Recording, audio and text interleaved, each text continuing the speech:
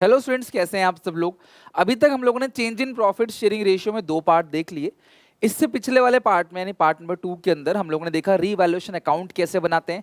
जितने भी आइटम है जो कि डिस्ट्रीब्यूट हो जाते हैं, like general reserve, profit and loss, workman compensation reserve, investment fluctuation reserve, goodwill, advertisement, suspense, PNL का डेबिट बैलेंस, वो ओल्ड रेशियो में डिस्ट्रीब्यूट होता है। वो सारी बातें हमने देख ली। आज हम लोग क्लास दो इंपॉर्टेंट चीज देखेंगे जिससे बोर्ड एग्जामिनेशन में पक्का है, आना ही आना है। अब वो इस चैप्टर से आए या एडमिशन से आए, रिटायरमेंट से आए, डेथ से आए, बट क्वेश्चन पक्का बनेगा ही बनेगा। आप इस चीज को स्किप नहीं कर सकते, मिस नहीं कर सकते एट एनी कॉस्ट। पढ़ के जाना ही पड़ेगा आपको। और आज की इस वीडियो में मैं गारंटी लेता हूं कि तुम्हें बहुत अच्छे से ये टॉपिक मैं सिखा दूंगा। ओके, तुम कभी भूलोगे नहीं, इवन तुम दूसरों को सिखा दोगे। इतनी बेहतरीन तरीके से मैं तुम्हें टॉपिक सिखाने वाला हूं जिसका नाम है treatment of workman compensation reserve. हम ट्रीटमेंट भी देखेंगे, हम जर्नल एंट्रीज को भी देखेंगे। राइट, चलो तो करते हैं स्टार्ट। सबसे पहली बात, हर एक फैक्ट्री में होते हैं क्लास वर्कर्स, और वर्कर्स को कोई भी एक्सीडेंट हो सकता है बिजनेस प्रेमिसेस के अंदर, उन्हें कोई नुकसान हो सकता है वर्कर्स को, तो उनके लिए क्लास एक फंड जोड़ के रखा जाता है। This is called workman compensation reserve या वर्कमैन कॉम्पनसेशन फंड। अब इस रिजर्व और इस फंड को हम लोग क्लास क्यों बनाते हैं, ताकि अगर नियर फ्यूचर वर्कर्स को कोई नुकसान होता है तो हम इससे क्लास उनकी पेमेंट कर देंगे, उनकी भरपाई कर देंगे। हम पहले से जोड़ के रखते हैं। राइट, अब लेकिन जो एक्चुअल क्लेम होगा, एक्चुअल क्लेम, एक्चुअली जो नुकसान होगा, क्या पता नुकसान जीरो हो जाए, कुछ भी नुकसान ना हो वर्कर का।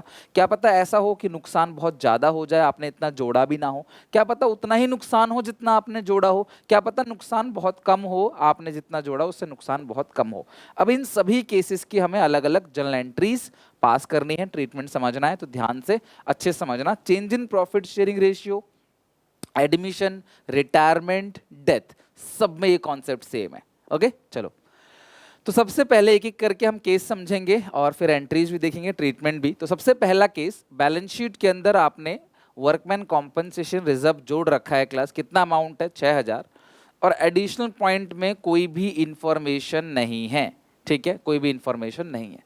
तो ये जो WCR है पूरा का पूरा पार्टनर में डिस्ट्रीब्यूट हो जाएगा। मैं अभी अपने इस पूरे आज की क्लास में मैं एक एग्जांपल ले रहा हूँ कि हमारी पार्टनरशिप फॉर्म में दो पार्टनर है और इनकी रेशियो जो है 1:1 है। दो पार्टनर है और इनकी रेशियो जो है क्लास 1:1 है। ठीक है, तो बैलेंस शीट के अंदर अगर आपको WCR दे रखा है और रेशियो कितनी है क्लास 1:1, तो हमें करना क्या है, पार्टनर्स में उसको डिस्ट्रीब्यूट कर देना। ये ट्रीटमेंट है, ध्यान समझना। ट्रीटमेंट, आपने वर्कर के लिए जोड़ा कितना, और ये रट्टा नहीं मारना, कुछ भी सब समझ के चलना है। आपने वर्कर के लिए कितने रुपए जोड़ रखे हैं? 6000 रुपए।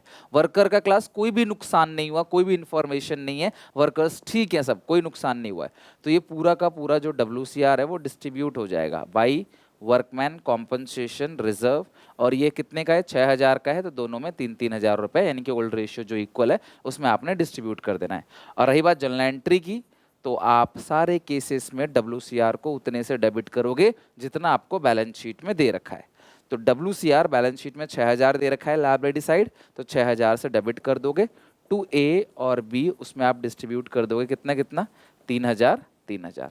तो इसकी एंट्री होगी WCR account debit, workman compensation reserve account debit, to A's capital account, to B's capital account. Okay, तो ये पहला केस हो गया वर्कमैन कॉम्पनसेशन रिजर्व का। अगर बैलेंस शीट में है, नीचे कुछ नहीं है, तो सारा का सारा आप डिस्ट्रीब्यूट कर दोगे क्लास किस रेशियो में? इन ओल्ड रेशियो। केस 2 पे आते हैं, अपने सेकंड केस पे। आपने वर्कर के लिए जोड़ा कितना है? 6000 रुपए। ध्यान समझना, आपने वर्कर के लिए 6000 रुपए साइड में रख रखे हैं। वर्कर का जो नुकसान हुआ है वो 2000 का हुआ है, सिर्फ 2000 का नुकसान हुआ है। तो अभी भी आप पार्टनर्स में कितना डिस्ट्रीब्यूट कर सकते हो? आप पार्टनर्स कैपिटल अकाउंट में अभी भी कितना डिस्ट्रीब्यूट कर सकते हो क्लास? 2000 रुपये जोड़ रखा है, तो अभी भी तुम्हारे पास 6 में से 2 गया, तो 4000 रुपये एक्स्ट्रा है जिनको आप डिस्ट्रीब्यूट कर सकते हो। और इसका क्लेम बन गया, ये न्यू बैलेंस शीट में चला जाएगा। कहाँ जाएगा? जो बैलेंस शीट बनाते हैं ना, उसमें चला जाएगा क्लास। और ऑब्वियस है, क्लेम है, दावा है, ये हो जाएगा लायबिलिटी साइड। अब है क्या, वर्कर का नुकसान हो गया, वर्कर दावा करता है, वर्कर गारंटी से कहता है भैया देखो 2000 का नुकसान हुआ है, और हमने भी क्लेम को एडमिट कर लिया, हम मान गए ठीक है भैया जी आपका 2000 का नुकसान हुआ है, हम आपको दे देंगे, हम आपकी भरपाई कर देंगे। तो अब इस सिचुएशन में जो जर्नल एंट्री होगी वो क्या होगी? WCR अकाउंट डेबिट, तुम्हें सारे केसेस में WCR को यानी वर्कमैन कॉम्पनसेशन रिजर्व को 6,000 से डेबिट करना है इन एवरी केस। तो आपने कर दिया, WCR डेबिट 6,000 रुपए to provision for workman compensation claim. Worker का जो क्लेम बन गया वो कितने का बन गया, 2,000 रुपए का, और ए और बी में आपने 2,000 रुपए डिस्ट्रीब्यूट कर दिया। तो 2,000 रुपए ए में, एस कैपिटल अकाउंट, 2,000 रुपए बीस कैपिटल अकाउंट। इस तरीके से क्लास आपको एंट्रीज पास करनी है। Workman compensation reserve 6,000, to provision for workman compensation claim 2,000, to A's capital account, to B's capital account. ये आपको करना है केस नंबर 2 में। तो 6,000 रुपए था, 2 का नुकसान, 2 नई बैलेंस शीट में 4,000 डिस्ट्रीब्यूट हो जाएगा। हर केस में WCR को तुम डेबिट करोगे, हर केस में, पहले से ही बोल रहा हूँ।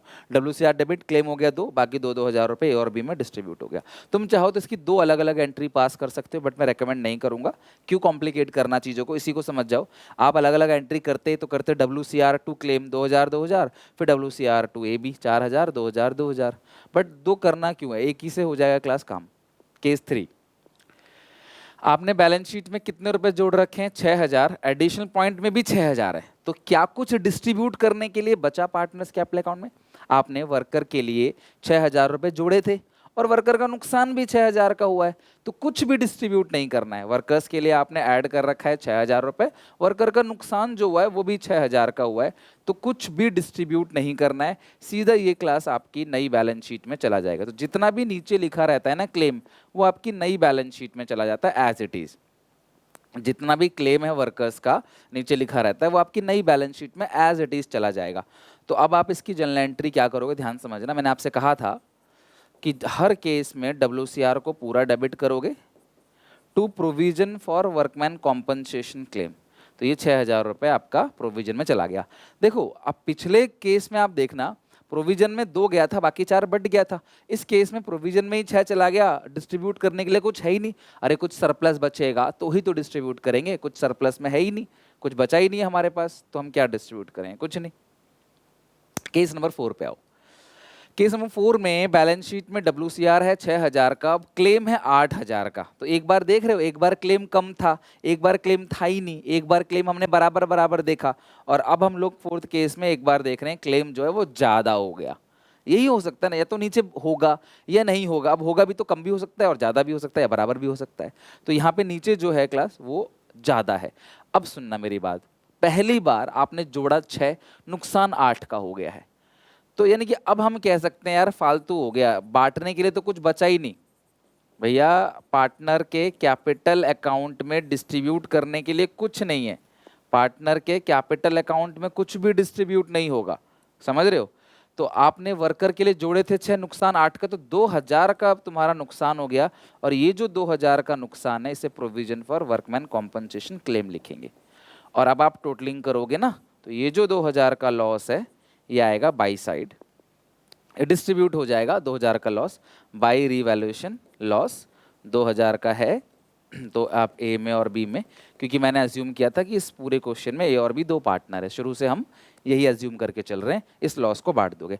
अब हमेशा 2 बातें दिमाग में सेट करो, कमेंट सेक्शन में लिखो इन 2 बातों को, आप कभी नहीं भूलोगे। पहला, तुम्हें हर केस में जितना बैलेंस शीट में WCR है उतना डेबिट करना ही करना है हर केस में, पहली बात, ठीक है। ये क्रेडिट आइटम है, इसे खत्म करने के लिए डेबिट करेंगे, पहली बात।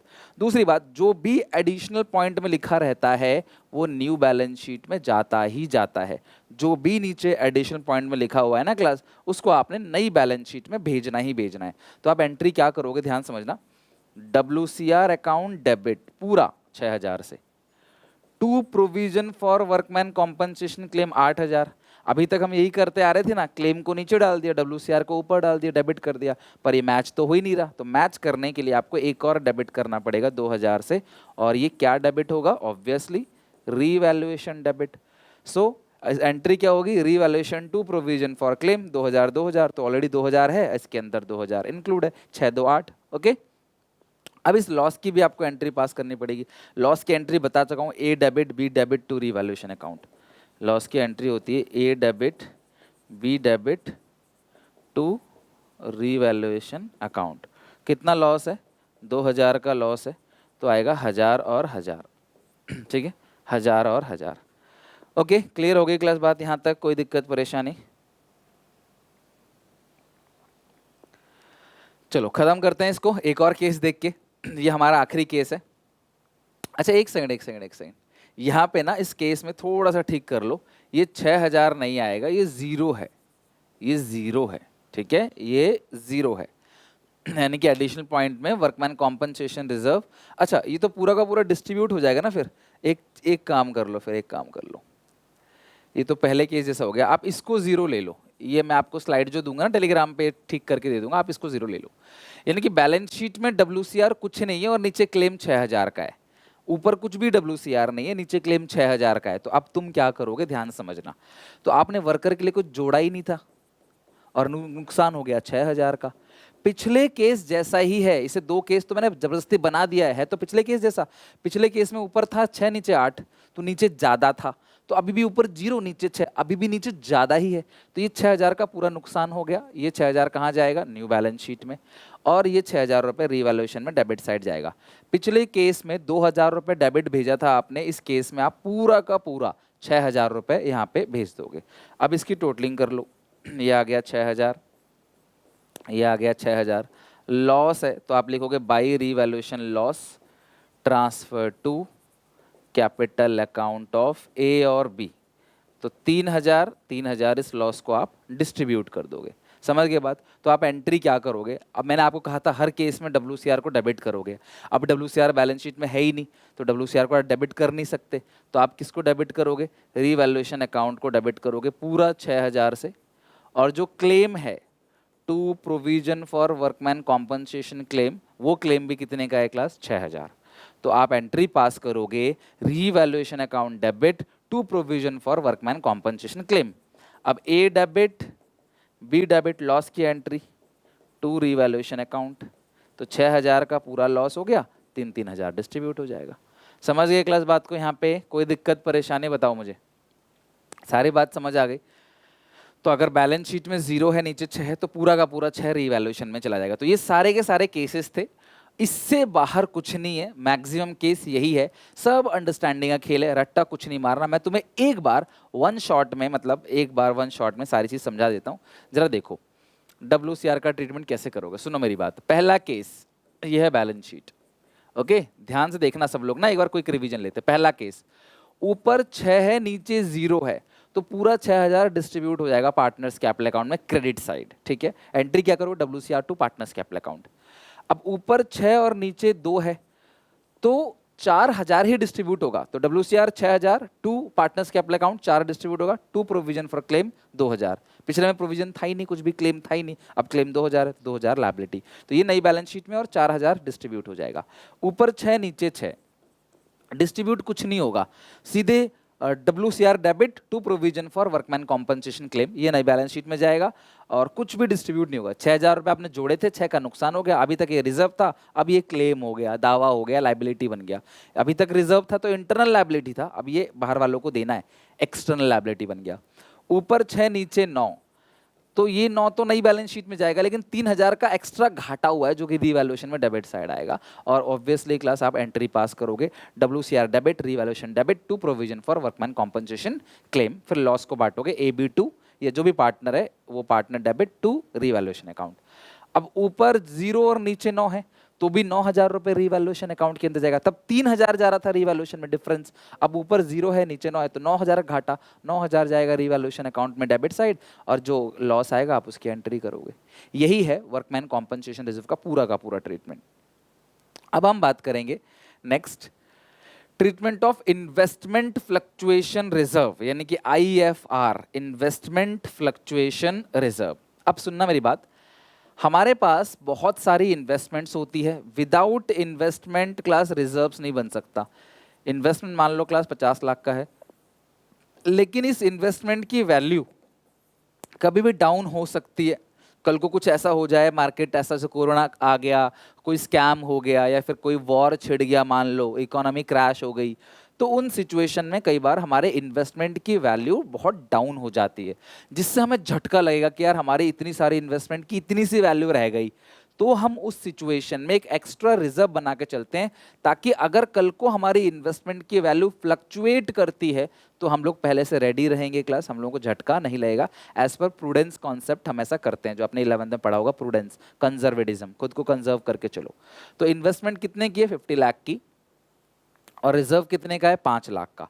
अब इस सिचुएशन में क्लास अगर कोई भी नुकसान 5 लाख तक का होता है तो उसे क्लास हम यहाँ से सेट ऑफ कर देंगे। यानी कल को इन्वेस्टमेंट की वैल्यू गिरेगी तो हमें झटका नहीं लगेगा। अगर वो 5 लाख तक गिरेगा तो यहाँ से वो सेट ऑफ हो जाएगा, हम रीवैल्यूएशन में उसको नहीं भेजेंगे। लेकिन नुकसान क्या पता बहुत ज़्यादा हो जाए, क्या पता नुकसान बहुत कम हो, क्या पता नुकसान हो ही ना, क्या पता कम की जगह इन्वेस्टमेंट फिर से बढ़ जाए, ऐसा भी तो हो सकता है ना, अलग अलग केस हो सकते हैं। तो इसके जितने भी डिफरेंट केसेस हैं उनको अंडरस्टैंड करते हैं विद जर्नल एंट्रीज। ओके, चलो अब पहले केस में हमारे पास इन्वेस्टमेंट है 50,000 का और आईएफआर जो है 5,000 का। एडिशनल पॉइंट में कोई भी इंफॉर्मेशन नहीं है, या फिर मार्केट की वैल्यू जो दे रखी है इन्वेस्टमेंट की वो भी 50 है।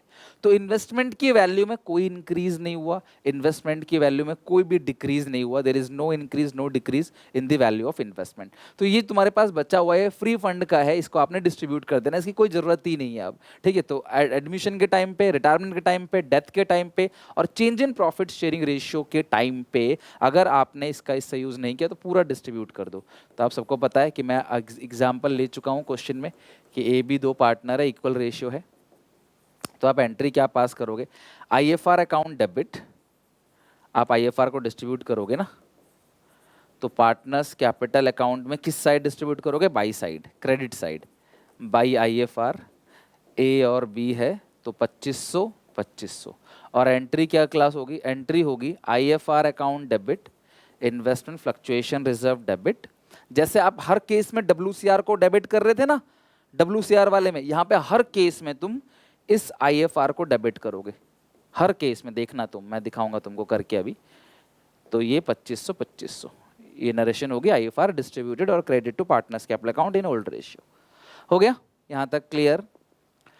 केस 2 पे आते हैं जरा। अब केस 2, बैलेंस शीट में इन्वेस्टमेंट 50,000 का है, बिना इन्वेस्टमेंट के तो रिजर्व नहीं बन सकता। आईएफआर 5,000 का है, एडिशनल पॉइंट में इन्वेस्टमेंट की वैल्यू 48,000 हो गई। यानी कि नई बैलेंस शीट में तुम्हें इन्वेस्टमेंट 50 का नहीं दिखेगा ना, वैल्यू कम होगी, 48 का दिखेगा। 2,000 का जो नुकसान हुआ है ये रीवैल्यूएशन में नहीं जाएगा, क्योंकि पहले से आपने क्लास ऑलरेडी पैसे 5,000 रुपए का नुकसान झेलने के लिए आप रेडी थे। आपने पहले से आईएफआर 5,000 का बना रखा था, तो अब आपको कोई टेंशन नहीं कि आपको घाटा हो गया, नुकसान हो गया। आपने पहले से इन्वेस्टमेंट फ्लक्चुएशन रिजर्व बना रखा है, कितने का? 5,000 का। तो तुम्हें अब कोई टेंशन लेने की जरूरत नहीं है, 2,000 रुपए यहां से सेट ऑफ कर दो। तो सर पहले तो पूरा 5,000 डिस्ट्रीब्यूट कर रहे थे पार्टनर्स के कैपिटल अकाउंट में, अब 5,000 नहीं करोगे, 2,000 इसमें से क्लास सेट ऑफ करके 3,000 रुपए डिस्ट्रीब्यूट करोगे बाई आईएफआर। ए में और बी में 3,000 रुपए, यानी कि 1,500। ठीक है, तो आपने इन्वेस्टमेंट फ्लक्चुएशन रिजर्व बना रखा है 5,000 का, इन्वेस्टमेंट की वैल्यू 2,000 से कम हो गई, तो यहाँ से इसको आपने एडजस्ट करके बाकी जो 3,000 है, 5 में से 2 एडजस्ट किया, बाकी 3,000 आपने ओल्ड पार्टनर्स में उन्हीं की रेशियो में डिस्ट्रीब्यूट कर दिया। ठीक है, अब इसकी जनरल एंट्री क्या होगी? मैंने आपसे क्या कहा था? हर केस में आईएफआर को डेबिट कर देना। अच्छा, इन्वेस्टमेंट असेट है ना, इन्वेस्टमेंट क्या होता है? एसेट। एसेट का बैलेंस होता है डेबिट, बढ़ेगा डेबिट, घटेगा क्रेडिट। तो असेट घट रहा है 2,000 से, तो इन्वेस्टमेंट घट गया, तो to investment, to A to B, यानी टू पार्टनर्स कैपिटल अकाउंट, ये 1,500 है, ये 1,500 है। To A capital account, to B capital account. तो investment fluctuation reserve debit to investments, to A capital account, to B capital account. Okay class, सबको बात समझ आ गई ना? आते हैं जरा केस 3 पे। केस 3, इन्वेस्टमेंट्स कितने के आपके पास? 50,000 के, और आपने आईएफआर कितना बना रखा है? 5,000। अब जो मार्केट वैल्यू है उतने से ही कम हुई है जितने का आपने रिजर्व बना रखा है। तो क्या कुछ पार्टनर में डिस्ट्रीब्यूट करने के लिए बचा आपके पास? आपने 5,000 रुपये जोड़े थे, 5 का ही नुकसान हो गया है ना, तो कुछ भी डिस्ट्रीब्यूट नहीं होगा, आईएफआर में कुछ नहीं जाएगा, और मतलब पार्टनर्स कैपिटल अकाउंट में कुछ नहीं जाएगा। और ट्रीटमेंट मैंने कहा था आपको, आईएफआर अकाउंट डेबिट, ठीक है, to investments, IFR account debit to investment, यानी कि 5,000 से इन्वेस्टमेंट कम हो गया, बस एक ही एंट्री पास होगी कि 5,000 से इन्वेस्टमेंट कम हो गया। नई बैलेंस शीट में इन्वेस्टमेंट उतना ही दिखेगा जितना एडिशनल पॉइंट में है, जो मैंने WCR में बताया था, याद है आपको कि जो नीचे जो क्लेम लिखा होगा वो नई बैलेंस शीट में लायबिलिटी साइड जाएगा, यहाँ पे नीचे जो इन्वेस्टमेंट है ऑब्वियसली असेट साइड जाएगा, जितना लिखा है 45 तो 45 ही जाएगा। अब कुछ बच्चे बोलते हैं सर 5 का नुकसान हुआ है, तो बेटा उस नुकसान की भरपाई यहाँ से किया, तभी तो रीवैल्यूएशन अकाउंट में हमने नुकसान नहीं दिखाया। रीवैल्यूएशन अकाउंट में क्या दिखाते हैं, फायदा घाटा दिखाते हैं, हमने नहीं दिखाया। क्यों नहीं दिखाया? क्योंकि नुकसान क्लास यहाँ पे हमने रिकवर कर लिया, किससे? IFR से, तो एक्चुअल में हमें कोई नुकसान नहीं हुआ। केस 4, इन्वेस्टमेंट कितने का है क्लास? 50,000 का, और IFR कितने का है? 5,000 का। अब यहाँ जो इन्वेस्टमेंट घट गया है वो कुछ ज्यादा ही घट गया है। हम सोच रहे थे 5,000 का नुकसान होगा, लेकिन नुकसान जो हुआ है वो 10,000 का हो गया। तो 5 तो यहाँ से हम लोग एडजस्ट कर लेंगे, बाकी जो एक्स्ट्रा 5,000 का नुकसान है वो देखो हमें रीवैल्यूएशन में भेजना पड़ेगा। बच्चों अगर मेरी बात ध्यान से सुनना, अगर हमने IFR नहीं बनाया होता, मान लो IFR हमने नहीं बनाया तब 10 का नुकसान हुआ है, तो पूरा 10 रीवैल्यूएशन में जाता, बट अब रीवैल्यूएशन में सिर्फ 5 जाएगा। किस नाम से? टू इन्वेस्टमेंट, कम हो गए इन्वेस्टमेंट्स, ठीक है। तो जब ये नुकसान है तो आप इसको टोटल भी करोगे, और टोटल करने के बाद इधर लॉस आ जाएगा। पार्टनर के कैपिटल अकाउंट में कुछ नहीं जाएगा, क्योंकि कुछ एक्स्ट्रा बचा ही नहीं है जो आप डिस्ट्रीब्यूट करोगे।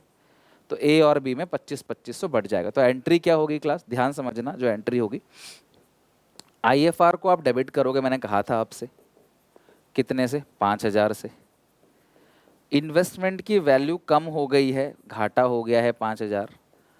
टोटल इन्वेस्टमेंट जो कम हुआ है टू इन्वेस्टमेंट वो 10,000 हुई है। टोटल इन्वेस्टमेंट 10,000, ठीक है। तो investment fluctuation reserve debit, revaluation account debit to investment, आप ये एंट्री पास करोगे। अभी जो लॉस है आप उसकी भी एंट्री पास करोगे, लॉस की। A is capital account debit, B is capital account debit to revaluation account. A is capital account debit, B is capital account debit to revaluation. 2500 ये 5,000। कोई दिक्कत परेशानी है क्लास? मुझे बताओ यहाँ तक सारी चीजें क्लियर है? IFR का ट्रीटमेंट समझ आ रहा है? देखो यार मैं इसको 2 वीडियो बना सकता था, लेकिन देखो WCR IFR मैंने कई बार और करा रखा है, और कम से कम ये 2 ट्रीटमेंट आप एक ही साथ देखो ताकि आप कंपैरिजन कर सको दोनों में, है ना। दोनों में कंपैरिजन करना, दोनों सेम है, WCR IFR का ट्रीटमेंट ऑलमोस्ट सेम है। केस 5, अब यहाँ पहली बार इन्वेस्टमेंट की वैल्यू कम होने की जगह बढ़ गई है। तो अगर इन्वेस्टमेंट की वैल्यू बढ़ गया है फिर तो इस रिजर्व का कोई लेना देना नहीं है, ये रिजर्व तो पूरा ही डिस्ट्रीब्यूट हो जाएगा बाई IFR। 5,000 है तो 2500 A में और B में आप डिस्ट्रीब्यूट कर दोगे, कितना? 2500। तो जो आपने IFR को डिस्ट्रीब्यूट किया तो ये तो फायदा, ये तो आपने पूरा का पूरा डिस्ट्रीब्यूट कर दिया। बाकी जो 10,000 का इन्वेस्टमेंट बढ़ गया है वो फायदा है, उसके लिए तुम क्या करोगे? रीवैल्यूएशन अकाउंट बनाओगे और फायदे को दिखा दोगे credit side by investment. By investment बढ़ गया ना इन्वेस्टमेंट, तो बाई इन्वेस्टमेंट कितना बढ़ गया? 10,000। मतलब ये अलग है, ये तो डिस्ट्रीब्यूट हो ही जाएगा, बाकी जो फायदा हुआ 10,000 वो रीवैल्यूएशन में क्रेडिट। टोटलिंग कर दोगे, असेट बढ़ता है तो क्रेडिट साइड लिखते हैं ना, टोटलिंग करोगे 10,000। और ये गेन है टू रीवैल्यूएशन गेन, ये A में और B में बढ़ जाएगा 5,000। तो 3 एंट्री, पहली तो इस IFR को डिस्ट्रीब्यूट करने की एंट्री, क्या करोगे? IFR को डिस्ट्रीब्यूट करने की entry, IFR account debit to, कौन कौन है class? A to B। IFR कितना है? 5,000 है, दोनों में डिस्ट्रीब्यूट होगा 2,500। जो 5,000 का आपके पास इन्वेस्टमेंट फ्लक्चुएशन रिजर्व है उसको आपने डिस्ट्रीब्यूट कर दोगे 2500। पहली चीज। दूसरी चीज, ये आपने डिस्ट्रीब्यूट कर दिया, फिर आपने इन्वेस्टमेंट बढ़ गया है, तो इन्वेस्टमेंट अगर बढ़ेगा तो आप एंट्री क्या पास करोगे? Investments account debit. तो कितना है क्लास इन्वेस्टमेंट? 10,000। जो इन्वेस्टमेंट है उसे आप डेबिट करोगे कितने से? 10,000 टू रीवैल्यूएशन अकाउंट। अब फिर जो गेन है आप उसकी एंट्री पास करोगे, revaluation account debit to A to B। तो गेन कितने का है क्लास? 10,000 का। A और B में कितना कितना कर दोगे? 5,000। तो ये होगी क्लास 3 एंट्री। तो पहला IFR को डिस्ट्रीब्यूट करने की एंट्री हो गई, दूसरा इन्वेस्टमेंट टू रीवैल्यूएशन, इन्वेस्टमेंट बढ़ने की एंट्री, फिर रीवैल्यूएशन टू एबी। ये मैक्सिमम केस है, या तो आईएफआर सफिशिएंट है या नहीं है, नहीं है तो एक्स्ट्रा रीवैल्यूएशन में चला जाएगा, सफिशिएंट है तो जो बचा हुआ पैसा है वो आप पार्टनर में डिस्ट्रीब्यूट कर दोगे। तो यहाँ पे 5,000 पूरा सफिशिएंट है, आपने डिस्ट्रीब्यूट कर दिया, जबकि इन्वेस्टमेंट के लोग घटी नहीं बढ़ गई है, तो रीवैल्यूएशन में फायदा और उसकी एंट्री। तो ये है class maximum cases, investment fluctuation reserve and workman compensation reserve के। आई होप कि आपको अच्छे से समझ आया होगा। अगर आपको समझ आया तो वीडियो को लाइक करके जाना और इस वीडियो को शेयर करना अपने सारे क्लासमेट, सारे दोस्तों को। ये चैनल क्लास 12th के लिए बहुत ज़्यादा इंपॉर्टेंट है, एक एक चीज़ इसके अंदर मैं कवर कर रहा हूँ। डेली बेसिस पे देख रहे हो क्लास की हार्डवर्क चल रहा है, यही से सीखो आप। डेली बेसिस पे ऐसी मेहनत करते चलो, देखना आपके 12th में कितने अच्छे स्कोर आएंगे और रियली में आप बहुत सारी चीज़ सीखोगे जो आगे आपको बहुत काम आएगा। चैनल को सब्सक्राइब जरूर कर लेना, शेयर कर देना अपने सारे क्लासमेट दोस्तों में, उन तक पहुँचाओ इस चैनल को जो शायद क्लास एक अच्छे एजुकेशन ढूंढ रहे हो या अफोर्ड नहीं कर पा रहे, तो शायद उनको पूरा सिलेबस जो है यहाँ पे फ्री ऑफ कॉस्ट हो सके। यहाँ पे इको और बीएसटी का प्लेलिस्ट भी है, सिर्फ अकाउंट्स ही नहीं, इको बीएसटी भी चल रहा है साथ साथ, और इसका भी सिलेबस जो है 0 to end यहाँ पे आपको मिल जाएगा। Okay, take care, bye bye, मिलते हैं नेक्स्ट वीडियो में। इसे पढ़ के आना, अगली क्लास में हम और कुछ नई नई चीज़ें सीखेंगे।